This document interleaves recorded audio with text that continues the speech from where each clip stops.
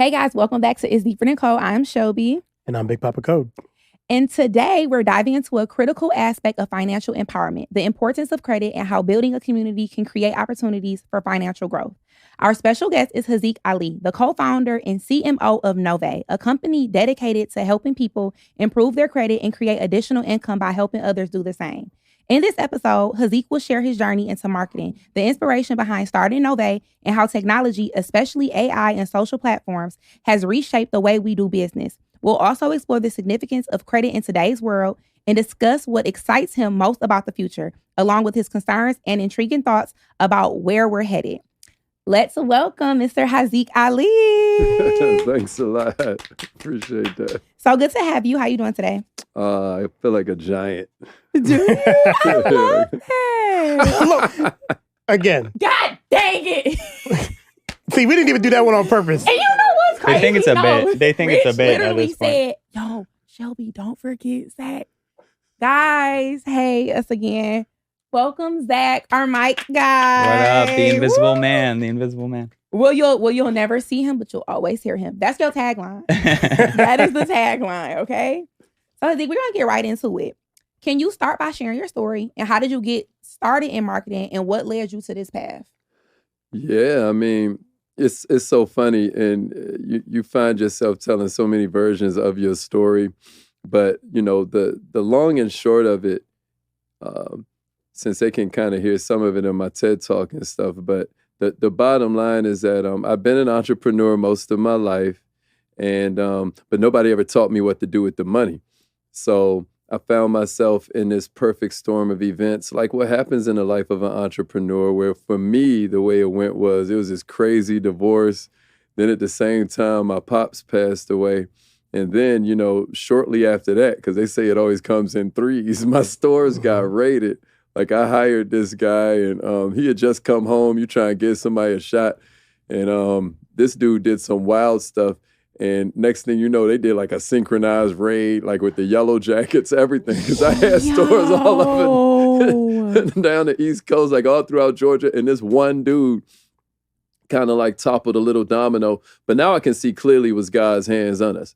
So next thing you know, I'm fighting the case and stuff. And, you know, yada, yada, yada. I end up sleeping in my car. Next thing you know, I moved into a buddy of mine's house because he had just broke up with his wife too. But, you know, we didn't have window panes in there. There was like no hot water at certain points. And then he ends up getting back with his wife. I'm like, I thought he was in this together. Yeah, like, I thought he said F them. Like, what? Listen, so then I end up going to this meeting with a homegirl of mine. She was actually one of my employees at one point, and she'd gone to this meeting, and then I walk up in there, and this one dude's like 19. He's making like $19,000 a month. And then his big homie was like 26, making $34,000 a month. I was like, what is this called? And then they told me, and I was like, and this is legal? And it was like, yeah, you get a 1099 and everything. I was like, say less. You sign me up. Where do I put my name at? Do you need my social? Like, for real. I was like, do they have any books on this? And then I went on Amazon, that used book section, which has saved my life so many times at different points.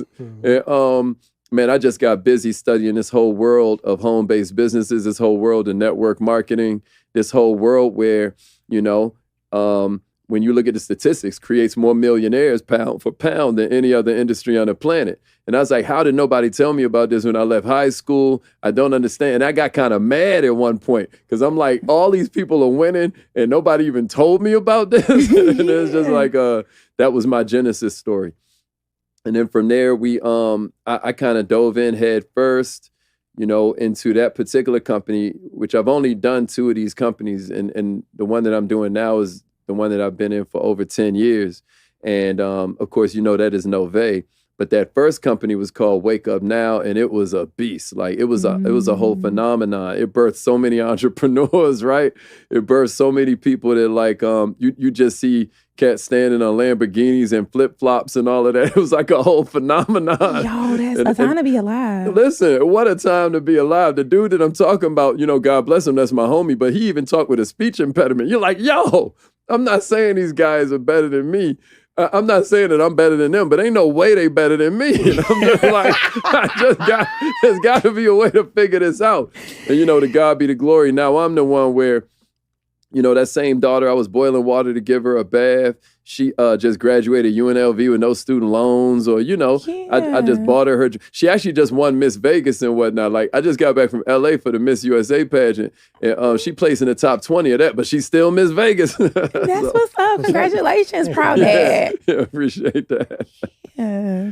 Yeah, that was my origin story. And kind of like what that shows me is that a lot of times, you know, your pain are your credentials. A lot of times you have experiences that you probably tuck away because you're embarrassed of it, or you think somehow that it means God was picking on you. You get to, you know, thinking things like, why did this happen to me? But what's a more helpful paradigm is, why did this happen for you?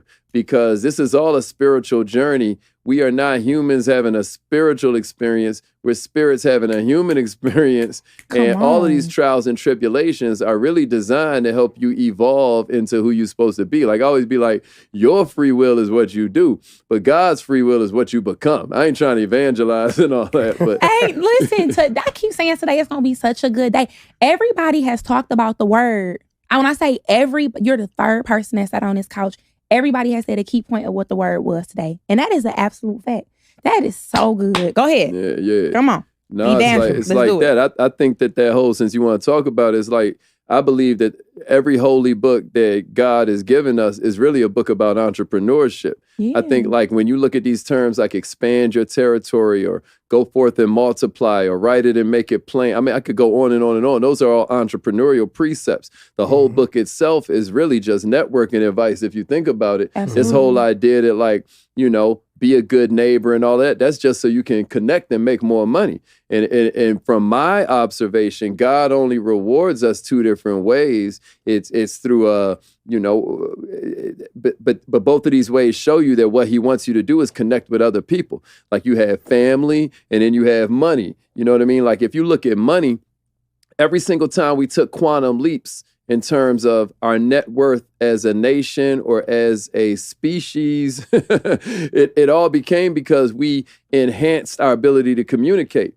Like, the steamship came along, and then all of a sudden people could communicate better, so all this money got made. Like, that's why the East Coast and the West Coast have all of the population, because that's where all the new ideas were coming in. People were connecting. I mean, but you keep on going. You go printing press, you go newspaper, you go, you know, radio, you go, you know, internet. You know, each time there were these huge booms in our ability to communicate and connect, and therefore that created huge booms in people's finances and people's ability to create wealth for themselves. We're no longer in that agrarian economy where you could never change your fate because crops only come once a year and you work in the rest. Now we're in it where it's like money's getting made constantly because connections are getting made constantly. 6 degrees of separation is over. Now it's probably like 5 or 4, you know? And with that said comes all of these enhanced ways to get paid. And so it's a shame. It's almost like a character issue if you don't have money in 2024. You know? Yeah, there was this guy, what's his name? Mark Hoverson. Do you know who that is? I don't know that name. Okay, well, he wrote this book a while ago. He passed on like maybe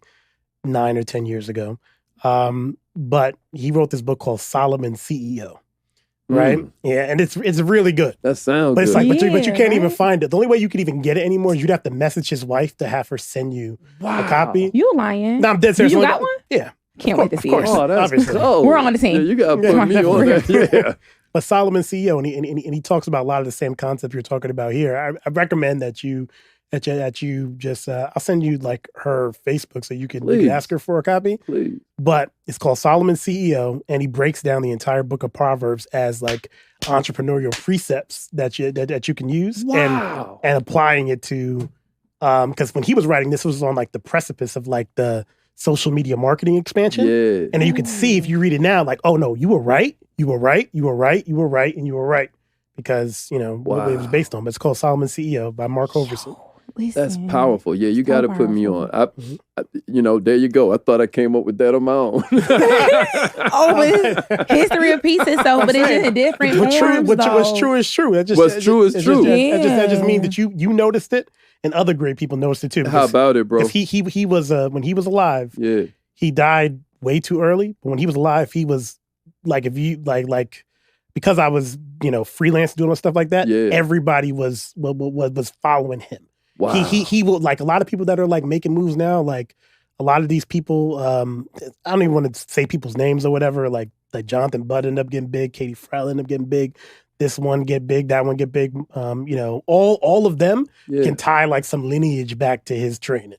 Like he would have ended up the next Jim Rohn if he didn't pass away. If you know Jim Rohn, right? Of course, yeah. He'd have ended up like him if he didn't pass away. He was a monster. Wow. No, that's so good. And he left that as, he left that so that when people find it, it's like one of those things that's like, it's like finding one of those old books from like the 40s and you're like, man. Yo, who is this person? This person knew what they were, Master Key System? It's like finding something like that. Seriously. And to your point, and I'm sure this conversation is going to take us all kinds of places, but that to me is one of the dangers / one of the blessings / one of the dangers of digitization. The fact that like, if we decide we can wipe your IP off the map with the push of a button once everything's digital. Like, you know how many authors have been locked up throughout the ages, or how many musicians have been persecuted because they were putting out messages that the powers that be didn't want the masses to have. And it's like, when you start talking about books like that, and we know the names of like some inane football player or something, and then I never heard that. Like, I'm embarrassed I don't know this guy right now. Right. But I know all these rappers, I know all these athletes. It's like we're being played with, man. So thanks for sharing that. Thanks for doing this whole podcast. This is important. I appreciate that. Thank you. These first little 15 minutes is hot. Real good. Do you want to talk about Nove? You want to keep this going? What you want to do? Like, I love talking about Nove now. Oh, hey, period. Yeah. So why did you decide to start Nove, and what gap in the market were you aiming to fill? So our purpose of starting Nove was to create more millionaires, like point blank. Like, we feel like millionaire ain't what it used to be, but it's still a good start. And we don't think it's that hard to become a millionaire in this day and time. Whether you break it down like it's just $1,000 times 1,000 people and our aforementioned ability to connect way easier, or if you look at it like a simple thing like credit score leading you to home ownership, and how that's still the strongest, easiest way for a family or an individual to create some kind of legacy. Home ownership, which is why it's wild that institutional investors are coming in, buying up all of this stuff and creating an environment where they want your kids to rent and love it. They're really playing games with us.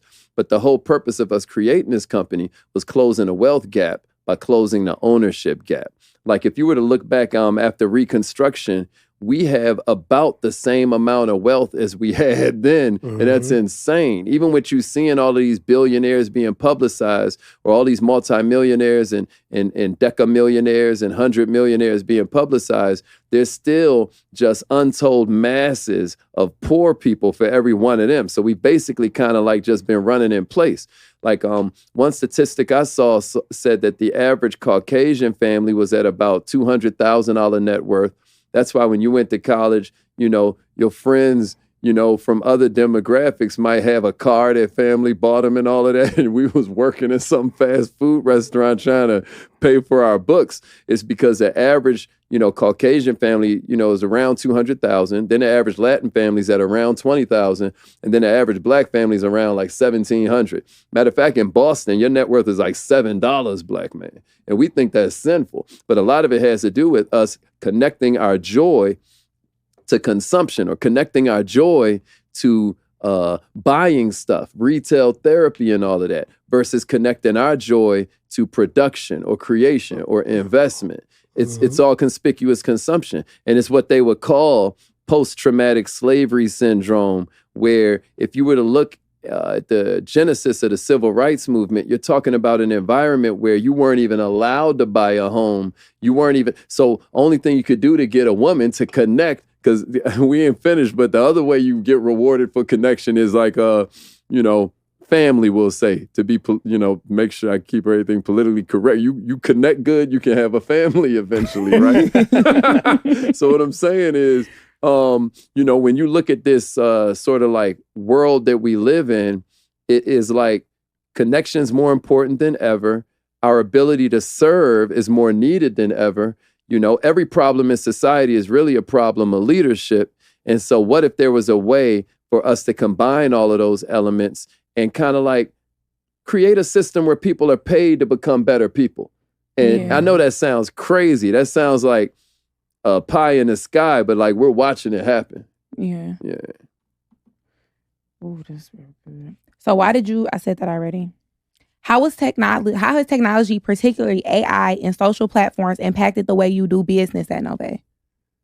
Wow. I mean, so many different ways because we are a fintech company. I always say that we're like an Amazon of financial services combined with like an Amway, something like that. Where it's like there's still a direct sales model and stuff. But when you're talking about technology, the way that I always try and describe it to people is that when Jeff Bezos first started off with Amazon, everybody thought it was a bookstore. Now, remember that? Like, it was like Amazon books and stuff.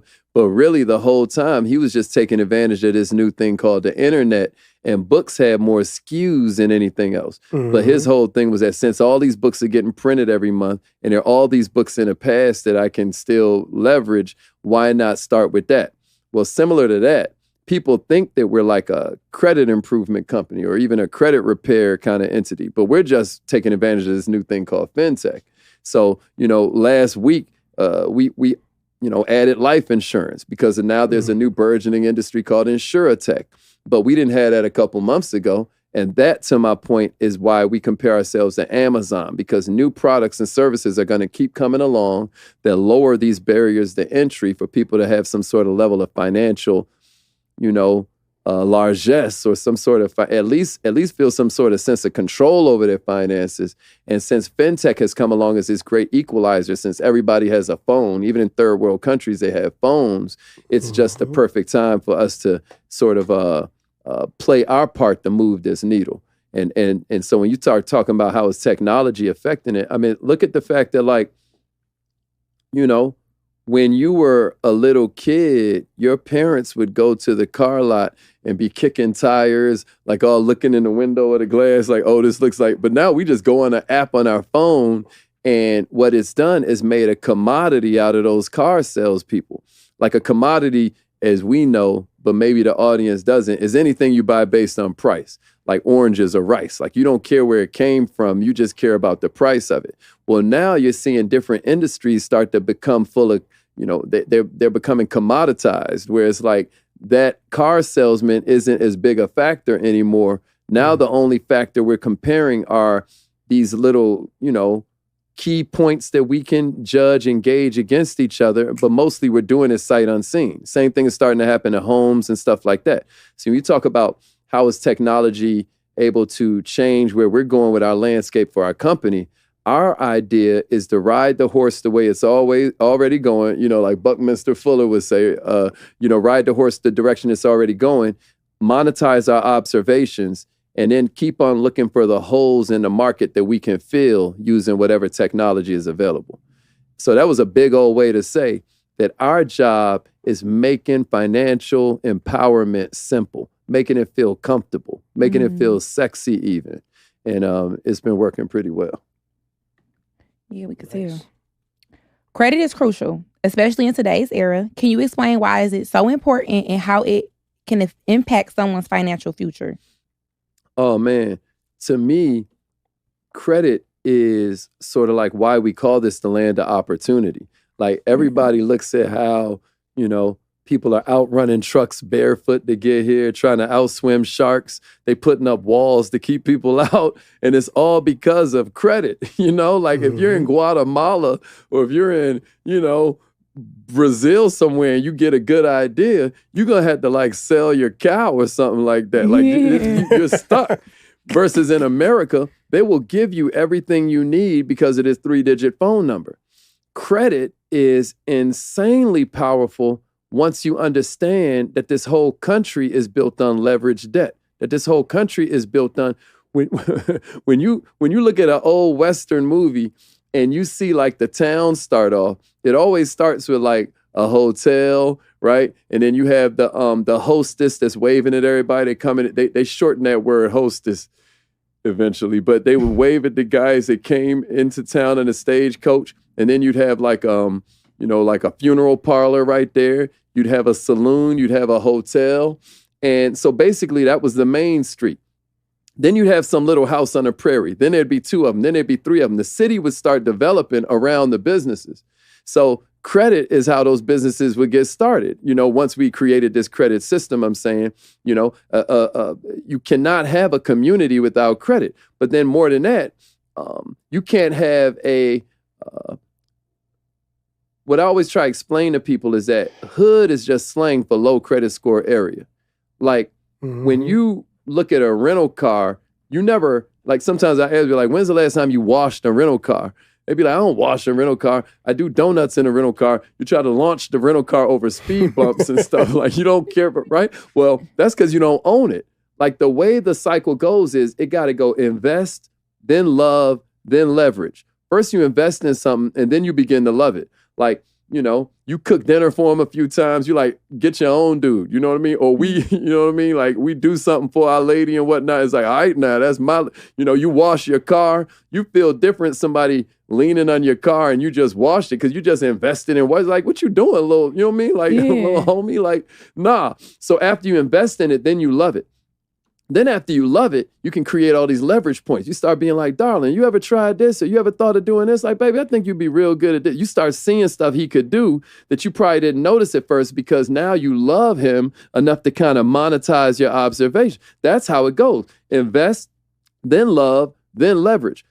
Well, that's what's wrong with our community. We ain't invested in it, so we don't love it, and now we can't leverage it. Yeah. So when you're living in a hood instead of a community, it's because you don't own it. You throwing trash out there. You don't care about the property values. And the people that really own that community are sending their money elsewhere because their kids don't go to these schools. Their kids don't, if you want to fix police brutality, all you got to do is raise the credit score in the community because people with good credit buy homes, homeowners vote, and the sheriff got to run for election.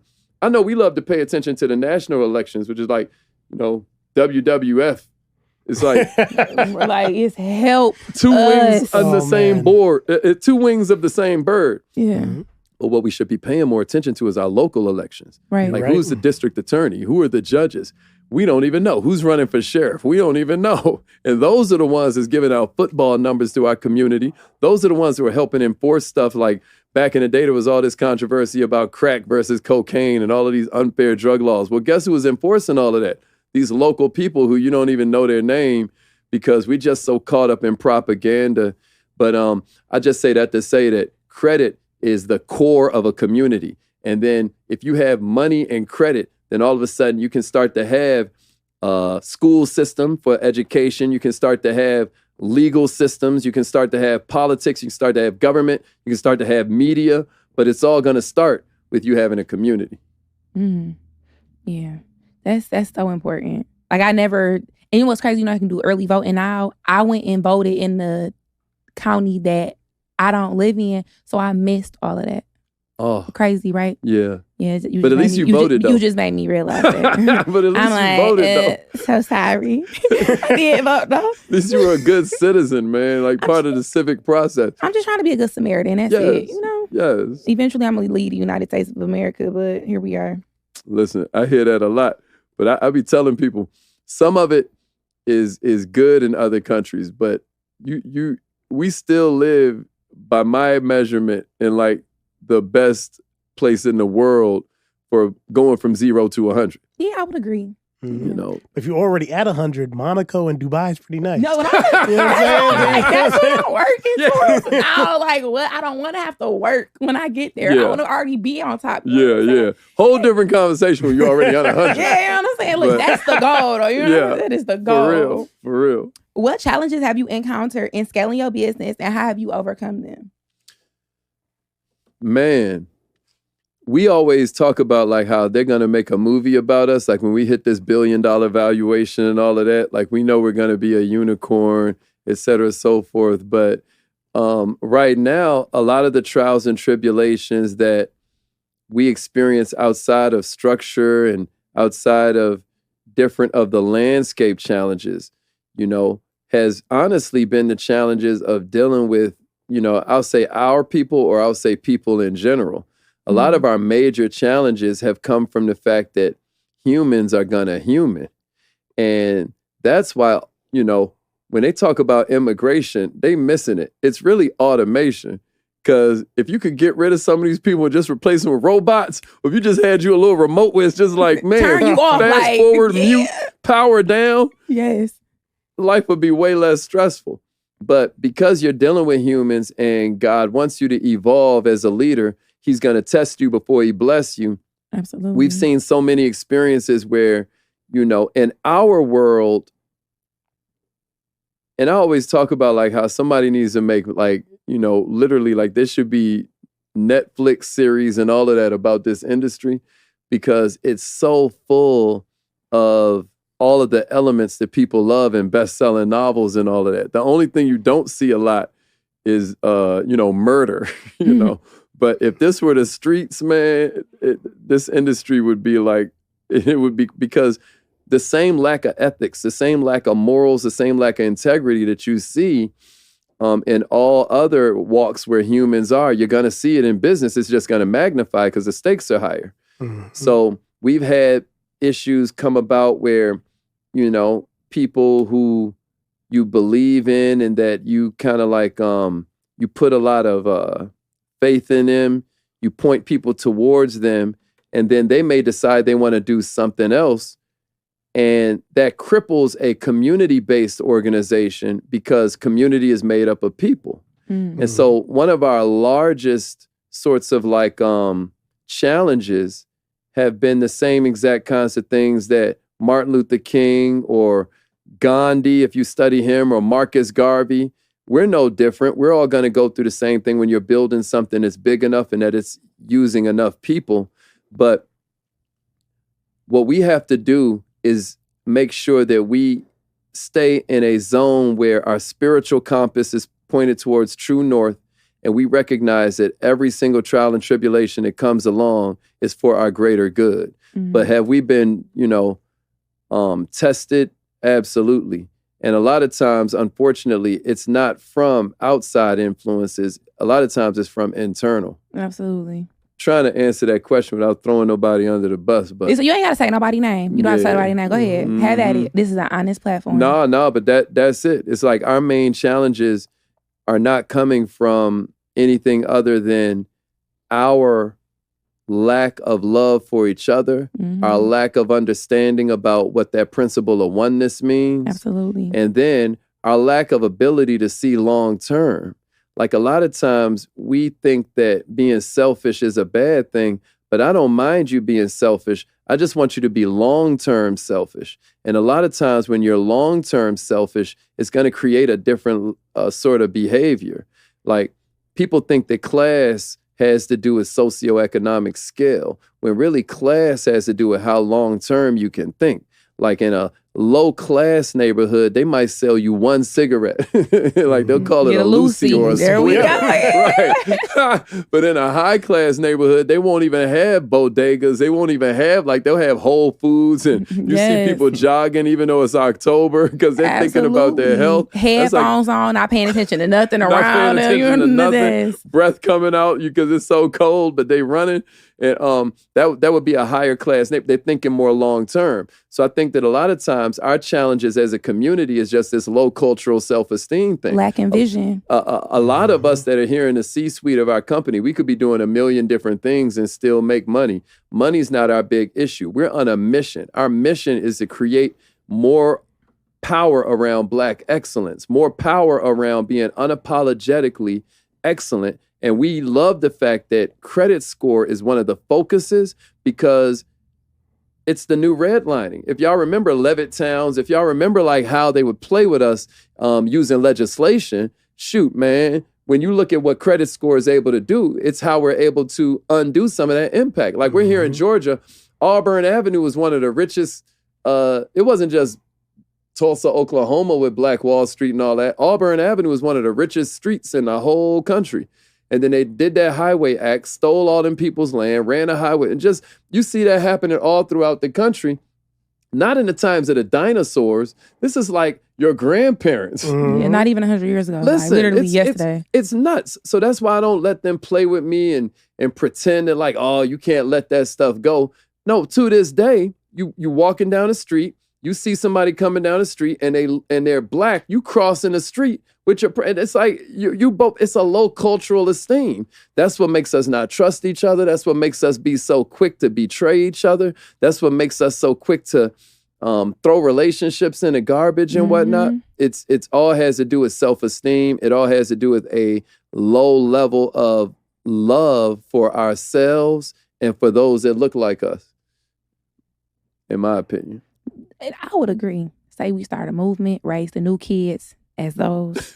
And I think we do good. I listen, I am for it. Start the group chat, put me in there. Listen, I believe Marcus Garvey had the key. Like they made movies about a lot of these other figures from, Black American history and whatnot. But to me, Marcus Garvey and the UNIA was the prototype. To me, he was like the first Master P almost, where it's just like, people don't know Malcolm's father was a Garveyite, Martin's father was a Garveyite, and Garvey's whole play was starting more businesses, getting people he was before Farrakhan and the Nation of the NOI and all of that. Like, I know you were just talking about 19 Keys and all of them, but was before all of that was Garvey. And I don't think we study him enough, but he had the master keys. Between he had 2 million members in 6 years with no Facebook, no Twitter. He's why there's red, black, green, and gold and all these flags all across the diaspora. Like Martin and Malcolm both came from this guy. Marcus was the guy, You heard his whirlwind speech too? Yeah. I'm gonna give you this book. It's called Philosophy and Opinions of Marcus Garvey because I felt that you wanted it. Listen, I will appreciate that. Before this weekend, there's 3 things that we need though. 3. I'll just make that a note. 3 things. Gotcha. We're gonna start with the CEO of Solomon. CEO of Solomon. Solomon CEO. Solomon CEO. Yeah, let's not forget that. Solomon CEO. Let's not forget that's number 1. Mark Hoverson. Solomon CEO. So he what would have been Jim Rohn. I love it. I'm gonna have to look him up too. Jim Rohn's my guy. I don't know him. I'm embarrassed. Yeah, go on YouTube. He's like a business philosopher. You'll love him. Okay. Well, yeah, I'm gonna look into that. What excites you the most about the future of business, particularly in the financial sector? I just love the idea of more connections. Okay. I love the idea that as technology begins to accelerate, it's going to create all these different opportunities that many of us can't fathom. Like when the internet came along, people said that it was going to destroy all of these jobs. But as we see, it's created jobs. More, when tractors came along, everybody said that was going to take away the farmer and whatnot. But you still need people to work the tractor. Not to say that there won't be autonomous tractors eventually. But my point is, I'm so excited to see where all this technology is going to create all the new opportunities. Yeah. And, with that said, though, there are definitely some sorts of warnings and some precipices and some, are y'all familiar? I bet y'all are. Gerard Lanier, like that Who Owns the Future? That book, Who Owns the Future, where this guy, Gerard Lanier, is just breaking down how even the AI has bias in it because you're going to still have to deal with the biases of the programmer or the one that's writing the code. Yeah. And so when you start looking at, when you were talking about credit and what's coming down the landscape, and you look at like a place like China, like their credit score is completely different from the credit that we have in America. They got credit in China? Mm-hmm. Okay, yeah, tell me about it. What's that about? So in China, it's like a social credit score. So in China, the way the credit is designed is if you aren't buying diapers for your child and you playing video games, your credit score drops. Now, if your credit score drops low enough, you can't travel, you can't drive. And then if I'm friends with you, if I got you in my phone book, it starts dropping my credit score. They call it like a social credit score. Why we don't do that here in America? Oh, I believe it's coming. Because I feel like all deadbeat baby daddies will be at the bottom of the list. You know what I'm saying? Like, listen, they be in the club popping bottles. I'll be like, you should be showing pictures of your kids. You get what I'm saying? Like, why you out on the weekend? Yeah, I need a break. You know what I'm saying? Like, it just don't make sense. Yes. We need to, who do we talk to about that? Like, I mean, do any of the people that's running, do they believe in that? Like, please get them on the market. Like, I feel like you can get Kamala to listen to you about that one. I think we should. Or at least pretend to. I could do her hair. She do silk presses. You know what I'm saying? She do good. Hopefully by the time we running this, she's in the White House. No, for sure. Listen, the Simpsons ain't never been wrong. Judge and Mama, they ain't never been wrong. It's a lady that's gonna win. Are you serious? The Simpsons predicted that? Lisa was president. Oh, it's a done deal then. That's what they can't be wrong. They don't win a Super Bowl on The Simpsons. Yes. Donald Trump got shot on The Simpsons. So many things have happened. Yes. Siegfried and Roy happened on The Simpsons. So many things. Trump came down the elevator, the escalator. I meant yes. Simpsons is on something different. I am going for it. I'm going for it. I don't know. Anyway, what concerns or intrigues you about the current business environment and its future direction? What concerns or intrigues me about... We can say like the economic uncertainties and their impact on small businesses, the potential risk of like over-reliance on technology. I think that when you start talking about politics, politicians create environment. Mm-hmm. The difference between politicians and entrepreneurs, and the reason why I always describe myself as not a Democrat, not a Republican, but as an entrepreneur, is because I think it's weird that once somebody says they're a Democrat or once they say they're a Republican, all of a sudden they all agree and walk in lockstep with like 237 different issues. That's insane. Crazy. It's like if everybody's thinking the same, then somebody ain't thinking. That part. So when you say we got to make sure we catch that. Yeah, no, because that right there that's a bar. You be rapping. That's a bar. So I believe that when you're looking at this sort of like environment, it is very intriguing and it warrants sort of like a little bit of caution because what we're moving towards and what the people almost seem to be begging for is a totalitarian kind of government. And I get it. The way they sell it to you in all of these movies and the way they sell it to you in all the, it's like that'll get rid of the wars because you got one guy. Like when you look at, all the sci-fi joints, it's always like some one ultimate ruler and then it's supposedly going to be peace, but that's not the way it works. My point of saying that is that what entrepreneurs do while politicians create environment is they create opportunity. Like the definition of an entrepreneur is one who pursues the opportunity without regard to the resources currently controlled. So like when we started hip hop, that was entrepreneurship. We're at the corner of Cedar and Sedgwick. They tie these DJ tables into this lamp post because they can't play in the club. And then they built $1 billion industry that gave us Will Smith and gave us Barack Obama and all this other stuff, just because hip hop became this great equalizer where now not only are parents listening to the same music as their children, and sometimes that's good, sometimes that's bad. Horrible. But also you have all these racial, color, socioeconomic lines being crossed because of the love of this one music. I say that to say that, like, I believe that since entrepreneurs create opportunity and politicians create environment, one of the coolest things about this environment that's being created is that it's about to force people into entrepreneurship. Right now, it's starting with a lot of gig workers. Like everybody's kind of hustling, doing that 1099 thing, whether it's Uber or Lyft or DoorDash or whatever it is. People are finding a way to kind of monetize their time. But the problem with that is, I always tell them this. I'll be like, after you drive Uber long enough, you get the Uber surprise. And they'd be like, what's the Uber surprise? And I'd be like, it's what you get after you drive Uber long enough. And they'd be like, well, what is it? And I'm like, is it an oil change? It's like, no. Is it some free tires? No. Even though you're wearing out your tires and burning your oil out for this megalithic corporation, right? It's like, well, what is the Uber surprise? Well, it's what you get after you've mastered everything. You started off driving Uber. You ain't know where to go to pick up rides. You ain't know where to, but then after you do it long enough, you get the Uber surprise. And they'd be like, what's the Uber surprise? I'd be like, more Uber. Because you're going to be driving Uber the rest of your life. Because if you don't figure out how to put some money to work for you, then you're literally going to always have to work for money. Always. And they're getting seduced into Uber. They're getting seduced into DoorDash because they don't realize it's just hustling. And hustlers don't get a 401k. If you don't figure out a way to create some kind of residual income, if you don't figure out a way to do true entrepreneurship where you're really paying attention to the environment and looking to monetize those observations, then the world is going to eat you. So, dang, that's crazy. It's literally like a digital hustle. Straight up. No, it Straight up. really is. That's crazy. But you can't win the game if you don't know the object of the game. Right. Like, and the object of the game is that you create more residual income than you have residual bills. That's why rappers rap. That's why actors act. That's why, writers write, But what if you're not a rapper? What if you're not an actor? Like, what if you didn't write Hamilton or Cats? Like, how are you supposed to do it? But what your parents told you a lot of times is go get a good job, with some good benefits, go to school, get a good job, get some good, but these companies don't even have benefits like that anymore. They don't start till 9 months.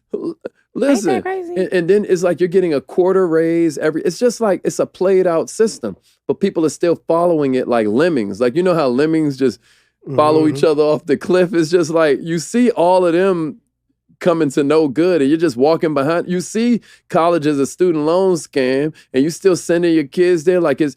Now, I'm not saying that all college is bad. I'm just saying that if you go to college without a plan, that's bad. And I'm just saying that there's something wrong with a system that'll give you the money to go get a piece of paper when it's still like 13 majors you can get with no jobs available, but they won't give you that same money to go do a fix and flip or go buy a duplex or go buy and actually you can use your FHA to do a multifamily, but they don't publicize that knowledge a lot. So people go, they get it. They don't do house hacking with their first home. They go and buy the dream home that they saw in the movies or on Instagram and whatnot and end up missing an opportunity. But my point is, for lack of knowledge, people perish. And I think that the great equalizer is all of this knowledge that we have, all of this access to information. But now the issue is people are drowning in knowledge, but starving for wisdom. And the more that we have, brothers and sisters like y'all putting out the right knowledge, accurate thinking, we're going to be all right. I feel like we're in the middle of a new renaissance right now. And, like you said, what a time to be alive. Yeah. Listen, he just said Proverbs 28:19. Didn't even really notice that he said it. Did you know that you had said? Yeah. Solomon CEO. We got to get it. Gotta read it. Yo, this is so good. So that is such a great day. Something's gonna happen tonight. I just know it. No, that's what are you currently working on that excites you, and how do you see it influencing the future of Nove? Well, what we're working on right now, like I've been the CMO for about 4 years, to God be the glory, and we've been blessed and fortunate to hit the Inc. 5000, the fastest growing companies in America, like all 4 of those years. But now my mandate is getting back like out of the offices and into the streets. So like when you're looking at my Instagram stories, you always see me in different cities or different places, kind of like doing our own version of what Martin Luther King was doing, or our own version of what Malcolm X was doing, or our own version of what Marcus Garvey was doing. We're looking to create, in the words of John Hope Bryant, a stronger, civil rights movement is the way he puts it. That this whole idea that each one can reach one and teach one. So I'm really excited about us getting, massive market coverage as it relates to, the 45 million people that we have in this country. And, we intend on moving this needle. We intend on closing the wealth gap by closing the ownership gap. So some of the things that we're doing right now, like we're working specifically to create more initiatives with more of the pop culture, more of the influencers, more of the celebrities. We want to make investing cool. We want to make having good credit cool. We want to make taking that good credit and buying assets and not liabilities the dope thing to do. We want to make sure that we normalize and make financial empowerment sexy and comfortable. And we want to take advantage of this whole concept they call in science homeostasis, which is basically this idea that if you're walking in a crowd, you start to naturally lock steps with each other. The question is, in a lot of the groups that our talented 10th or those superstars are working with or rocking with, you end up slowing down to keep pace with the crowd. So we want to create a culture, since Peter Drucker, he was like Peter Drucker is this big management consultant. His whole idea was that culture eats strategy for breakfast, meaning that, strategy is one thing, but if you have a culture, it'll normalize it. It'll just make it regular. And then everybody's going to do what naturally everybody else is doing. The way we say it, and even the way the word says it, is that environment is stronger than willpower. Like, it don't be like deliver me from temptation. It'd be like, hey, you know what I mean?